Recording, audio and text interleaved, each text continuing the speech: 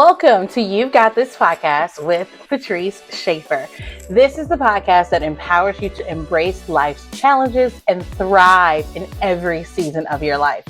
Join me as we dive deep into topics ranging from personal growth to empowerment to navigating relationships and finding purpose.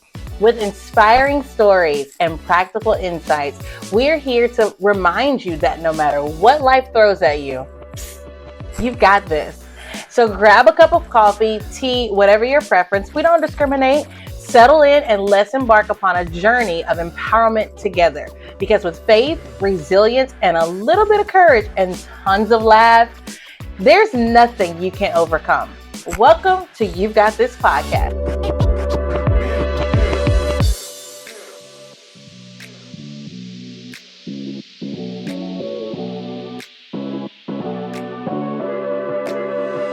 All right, welcome back.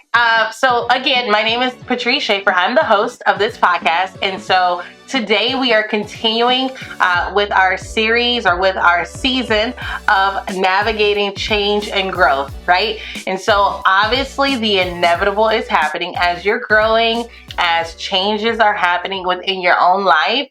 Those relationships that are near and dear to you are having to go through transitions as well. And so today, let's start with just some strategies for navigating changes in friendships and relationships. So number one is you have to make sure that as you're going through life, right? I found this in my own life. You've got to be honest with the people around you.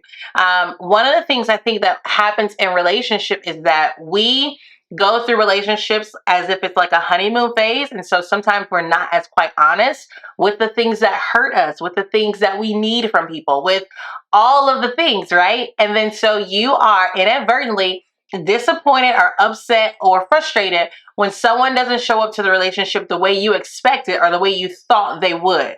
So I want to start with, obviously we have to give a biblical perspective. So let's look at 1 Corinthians chapter 13. And I know I don't do this all the time, but I mean, if we are pursuing to be godly people, the people of God, then we definitely have to have some perspective and basis for scripture, right? So 1 Corinthians 13, you can read it, you can look at that whole chapter, but verse 4 talks about what love is. Love is patient, love is kind, and all the things, right? And so essentially in the relationships that we have, the root of why those relationships work is because of love. Because genuinely, I want the best for you. I do not want you to not be successful. I want you to succeed. So if that is the case, then I have to come to the realization that me being honest in this relationship is not just good for me, but it also helps you to love me well, right? So we actually just returned back from Honduras, and I know. I've got to get some time to get all the things online about what happened in Honduras and what took place. Just know that God was glorified and his kingdom was expanded. But one of the things we were talking about during the marriage conference with the pastors is we were highlighting this idea of, we talked about the 5 love languages and really having to understand, okay, the way that I can be better in my relationship or the way that I can be better even in friendships is to understand, I know how I want love to be communicated to me, but how does my friend or how does my spouse want love to be communicated to them? Because the reality is, if my love language, and there's 5 of them, so I'm going to try to list them from memory. Okay. So love language number 1 is acts of service. You guys help me in the comments if you're on, or if you're listening to the podcast on the podcast streaming platform, just yell them out in the car or wherever you are. So acts of service, right? Quality time, physical touch. What's the other 2?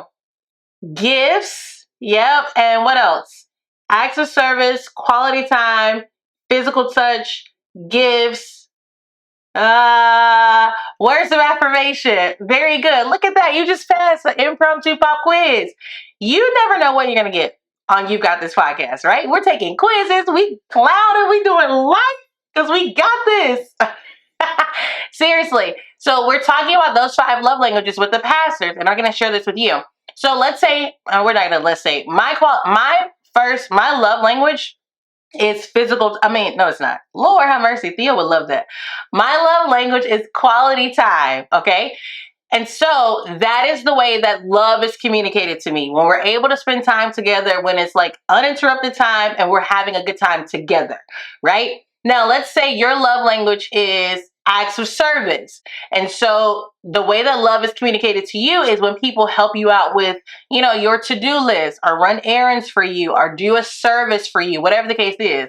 Now, that's not my love language. So when you do something for me, yeah, I'm grateful. Thank you for helping, but it doesn't communicate love to me. And so in relationships, if I don't understand how to communicate love to the person I'm trying to show love, and I'm doing all these acts of services, right? I've washed your car, I've done your laundry, I've cleaned I've done all the things. And you're like, yeah, I appreciate it, but I didn't ask you to do that. Well, first of all, if that's my love language and that's the way I've been loving you, number one, I don't understand how you don't feel loved. Number two, I'm mad because now I'm tired and you still talking about I don't feel love. Girl, bye. Right? But the reality is that sometimes we are loving people or we are giving to people and we are not managing the expectations, or we are not articulating or communicating what we need from the relationship or what we even expect. And so sometimes we're let down, sometimes we're disappointed in the people that are around us. So as you're changing, as you are evolving, come on, because you're growing, right?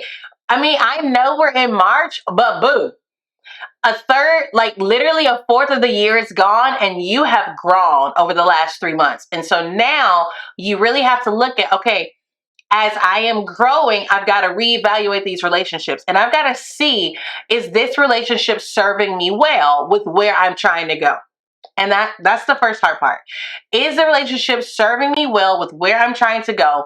And then being able to communicate. So again, as I'm trying to navigate the changes that are happening within myself, my relationships and my friendships inadvertently will change. And so I have to express to my friends, hey, I'm not going to be doing that anymore because I'm trying to get here. Like this is where this is where I want to go. Or I have to express in my relationship, babe, this is what I'm trying to do. Here's how you can help me, whatever the case is. Now, here's the reality. And this is, I think, why boundaries and even communication begins to get difficult for us, is because it's the reality that you cannot control how people are going to respond. I know. You just can't, right? And so sometimes we run away from the conversation because we don't want to run into conflict or we don't want to run into an issue that I'm not quite ready for. Because the reality is, if I'm trying to go from point A to point Z and you only want to go to point C, well, when we get ready to move from C to D, I got to make an adjustment to see, am I willing to stay stagnant at point C with you, or am I going to go on to point Z? And that may mean I have to say goodbye to you at point C, right? And so it's very important that we are honest when we're evaluating our relationships. Like, I know that that's a really good friend. I know she's a ride or die. I know, right? But I may have to make an adjustment. I may have to shift. And I'm not just talking about friendships here. I'm talking about even in your family relationships. Like even for me, and this goes back to role clarity. I'm gonna upload it again so I can connect it. I promise. I reference this all the time. But it was a revelation that the Lord had to give to me in the season that I was in. Because we had moved my dad here from Birmingham, which was so much of a bigger task than I even knew. Like I had never been a caregiver before.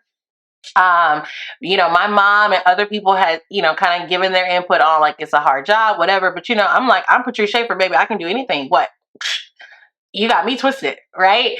But the reality is it was a difficult situation, but because I was only used to operating in the role of daughter, which also became like distant daughter because we lived in Charlotte, he lived in Birmingham, but then trying to navigate, okay, becoming his caregiver. So then our relationship as father and daughter shifted because there were times where I was like, no, bro, you're going to take this medicine. Like I literally, I wasn't like throwing medicine in his mouth, but I literally had to be a little more forceful and assertive, not forceful, I'm sorry, a little more assertive than I was used to being with my dad, right?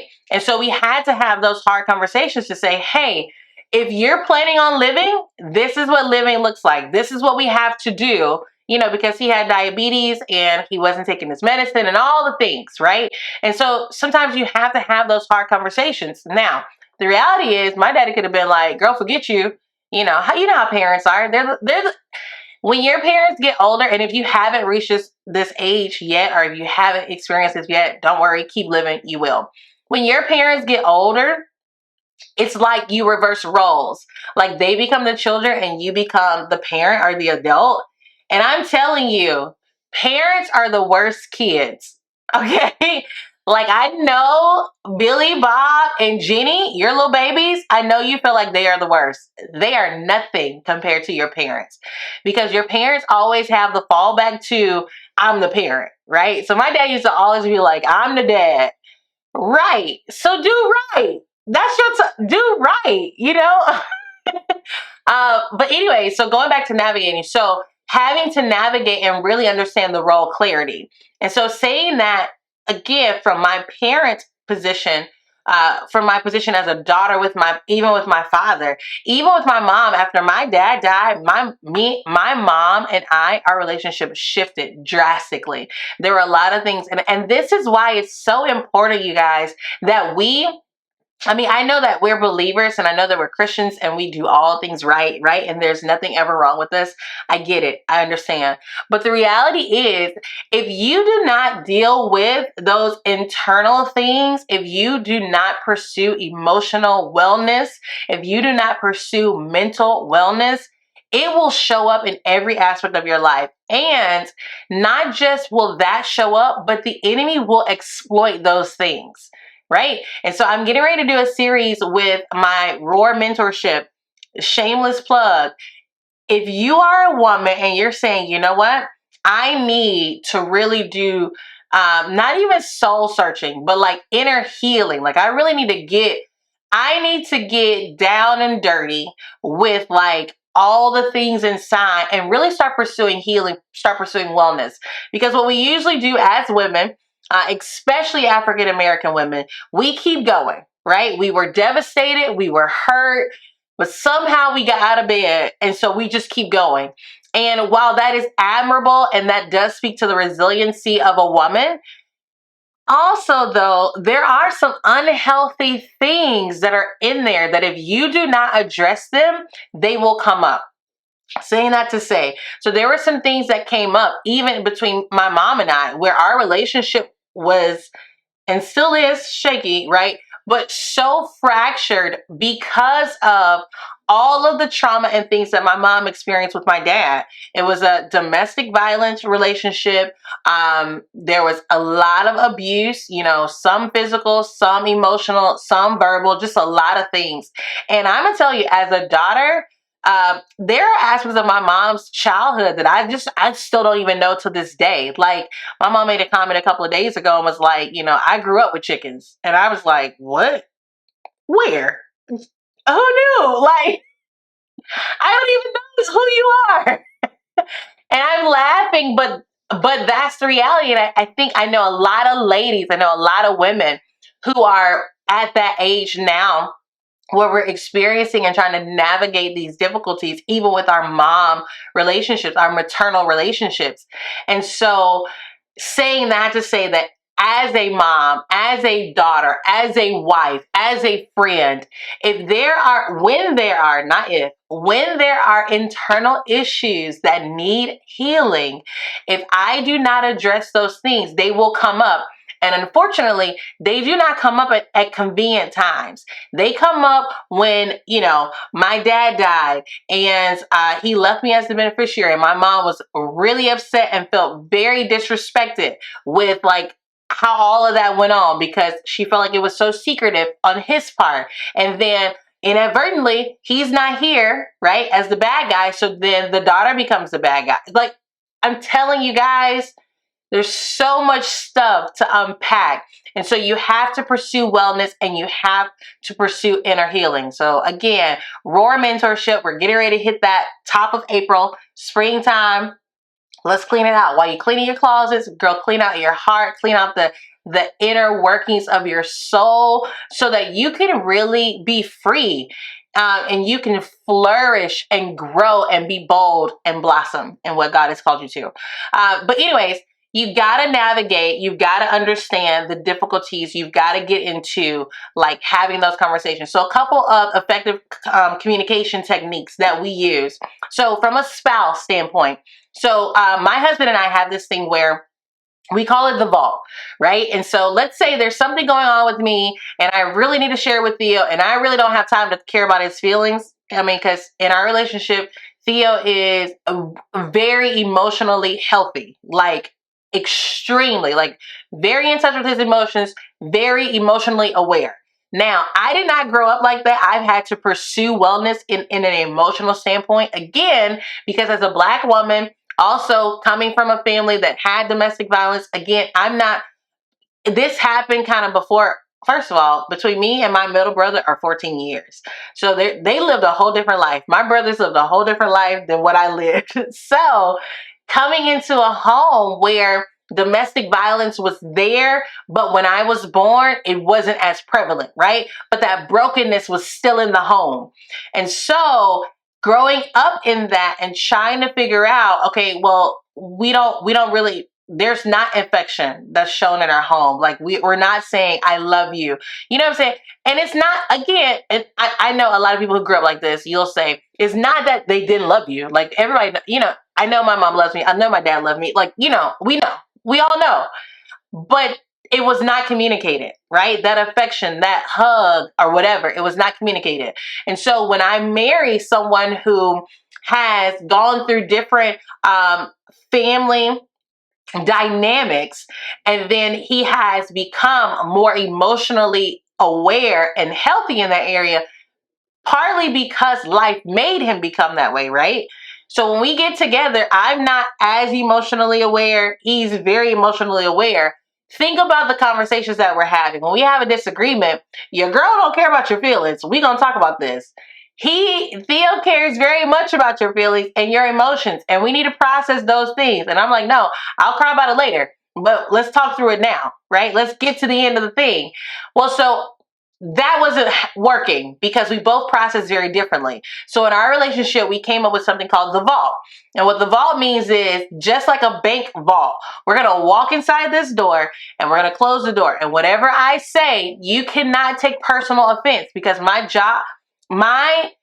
not trying to make you feel bad. I'm not trying to hurt your feelings or any of those things. I want to communicate with you because you're my number one after God, right? And vice versa. And so we created the vault. And so simply, and you can use this, I would suggest it in marriages, because it may be weird. I mean, I guess you could do it with friends too. I don't do it with friends. I try to make sure that my relationship with my friends are authentic enough for me to be free all the time, where I don't have to, we don't have to do that. But because your marriage is a little different, there are times where you need to have very difficult conversations, and it may be concerning your spouse. It may inadvertently or indirectly, have something to do with them. So you do need the vault. And so you close up in the vault and you share whatever you have to share. But you also don't use the vault as a place of attack. You also do not use the vault as, this is my opportunity to go off on you. Another component of the vault is anything that is shared in the vault cannot be used as ammunition for a later conversation. So for example, I can't come and gaslight you later and be like, well, see, that's why, you don't understand where I'm coming from, because you actually still got all the... No, you can't do that, right? The vault is where we've created this safe space in our relationship. And this is where, if nowhere else, you are safe to be you, to share, and to get it out, because you need to be able to do that. Another thing that we shared, even with marriages, is asking 3 questions. It's difficult to do it every day, but I would work up a rhythm, whatever is convenient for your family.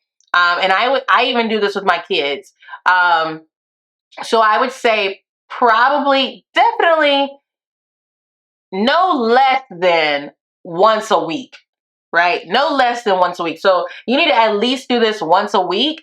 I mean, depending on if a lot's happening in your family, maybe you do like every other day, every 2 days or whatever. But because of our schedule and everything, we definitely settle with at least once a week.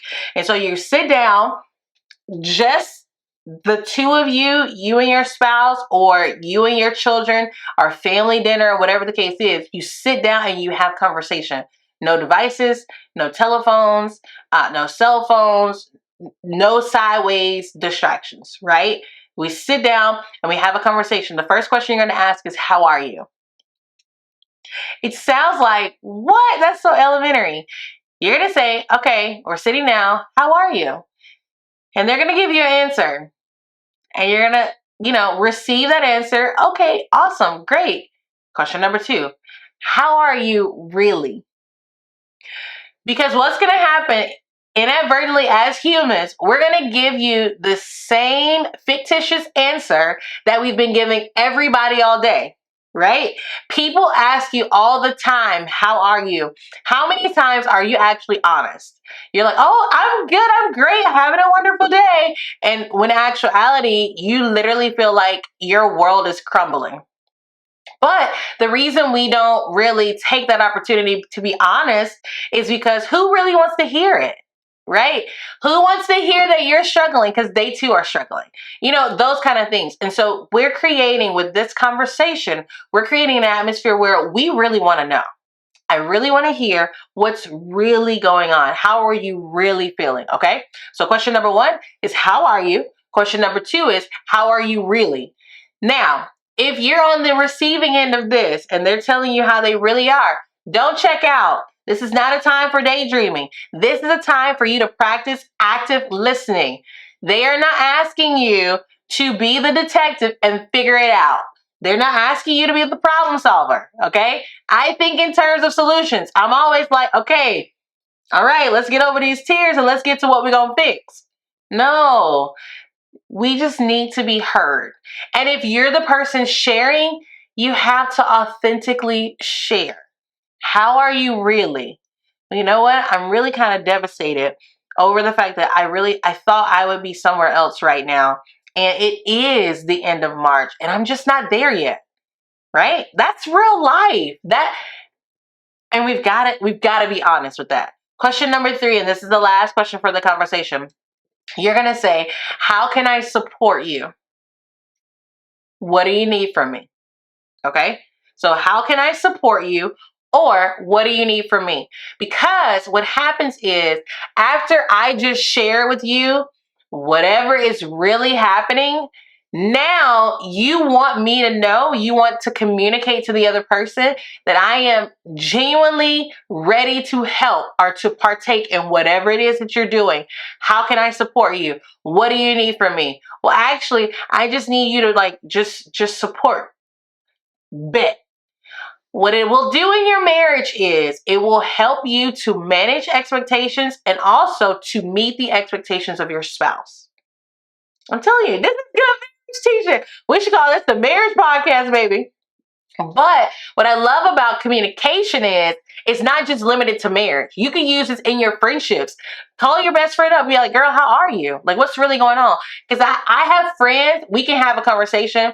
And I have a friend in particular that I'm thinking about. She can be in the middle of devastation. You know what she's not going to say? Is that she's in the middle of devastation. Ever. Never going to say it. Because in her mind, she's like, well, Patrice, you're so busy. You got so much going on. You don't have time to listen to me. Now, unless she is literally near depression, that's when she starts like, okay, I kind of need you to listen now. And it's like, no, come on. Before you get there, just be like, yo, life is crumbling. How about you? Right? And that is just one of the characteristics of a strong friend. Like, while they are very much there for you and on your behalf, your strong friends have a hard time in sharing with you what's really going on with them because they're so used to being strong for you, right? But like the scriptures say, love is patient, love is kind. So that means that as I'm working through this, because all of these, while I practice these techniques and these tools in my own relationships and in my own marriage, the reality is you haven't been practicing this. Some of you have and some of you haven't. But it takes time to get used to practicing it, and it takes time for the people that you're doing it with, for them to get into the habit of actually understanding that, no, I really want to know. right? I really want to be aware and all the things. Let's look at boundaries really quickly. Yeah, let's jump to boundaries really quickly. Um, so, redefining expectations and boundaries for evolving connections. So, what does that even mean? So, as I'm growing, right, and I am using all the communication techniques and I am managing the changes that are happening in my relationship, there are some friends who just, they're not good friends. So, and I'm not saying you have to like, what's it, like blackball them or like just cut them off. No, that friend is just, she's just not going to be as good of a friend in this season. She's just not measuring up, and that's fine. But I have to remove the expectation from her, right? Like, I can't, sorry, I was trying to make sure I have no lipstick on my teeth. I cannot, um, I can't allow you to continue being a bad friend to me. And then instead of having that conversation with you, or I'm having the conversations with you and you continue to not measure up to the friend that I'm trying to articulate that I need you to be, well, you know what? I have to make the adjustment on my end. And again, I'm not saying cut people off. I mean, because we're Christian, we're not supposed to be cutting nobody off, but whatever. Um, what I am saying is I have to make the adjustment in my expectation. If I continue to expect you to be best friend material and you continue to show me that you're not, well, I am the insane person, right? Doing the same thing over and over again, expecting different results. Like literally, definition. Hello, insane on my forehead. Because the reality is you probably don't have the capacity in this season to be who I need you to be. Or to go on with wherever I'm going. And that's fine. You guys, it's okay. It's fine. Okay? And that doesn't mean that we won't be friends or we won't be best friends again. But seasons change in the same way that when it's hot outside, I'm not gonna be wearing this jacket because it's blazing hot. The seasons have changed. But you know what? I'm not gonna throw my jacket away because fall and winter will come again. Right? And so that's what we also have to do with our relationships, just navigating. Okay, well, maybe in this season, who you are or the role that you play, maybe it does adjust. Also, here's the reality. This is a hard truth for some of us. There are some people who are in your life and they are not lifetime friends, and you are trying to make them lifetime friends. And what's happening is you have signed yourself up for a lifetime of disappointment and frustration because you're trying to keep people, come on, where they're not supposed to be. Second thing with that is sometimes we can't get to the next level because of the people we're around. And so while I'm pursuing God and I'm trying to be more faithful, I'm trying to be more anointed, I'm trying to get all the things, well, also, Abraham, check your circle. Because as long as Abraham, Genesis chapter 12, as long as Abraham stayed among his kindred, he was never going to be the father of many nations. Come on, that's somebody's word right there. You just got confirmation. You will never be who God's called you to be trying to stay around people God has called you out from.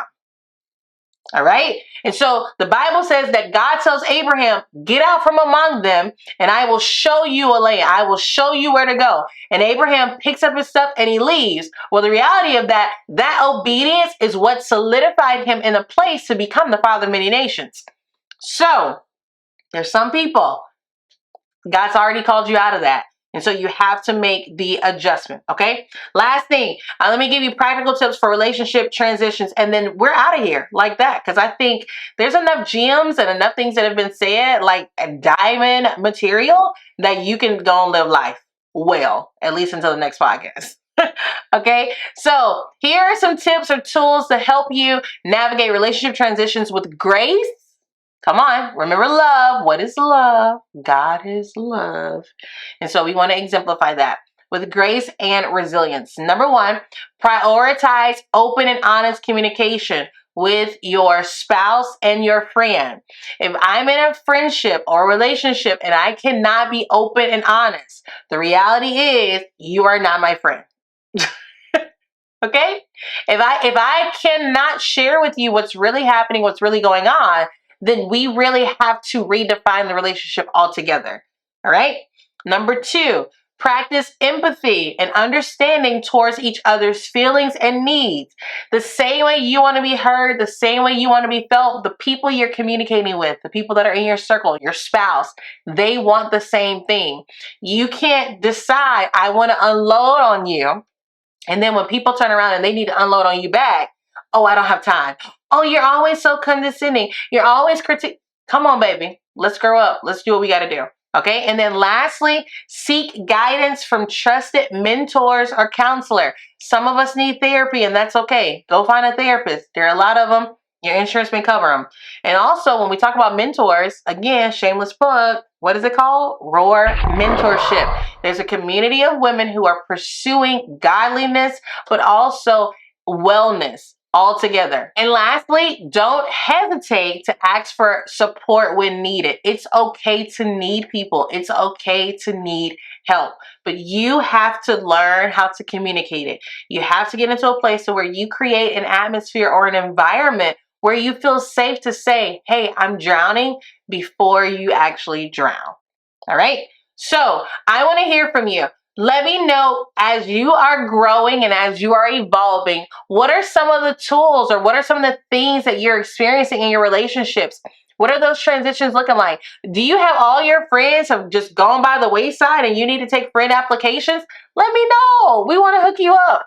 If you say, you know what, I have a great group of girl friends or women who are supportive, or even men, whatever the case is, I want you to not only share that in the comments, but let's tag your friend and say, you know what? Thank you for being a phenomenal friend. I really appreciate all that you continue to do for me, and I am so blessed to have you in my life. That's the last thing I'm going to leave you with as we're signing out. Celebrate your good relationships. Everyone does not have good friends, good acquaintances, good marriages. Celebrate. I am so thankful that you're in my life. Like, yo, I appreciate all that you do, right? And not just on people's birthdays, but just randomly. Like, thank you for being you. You're just amazing.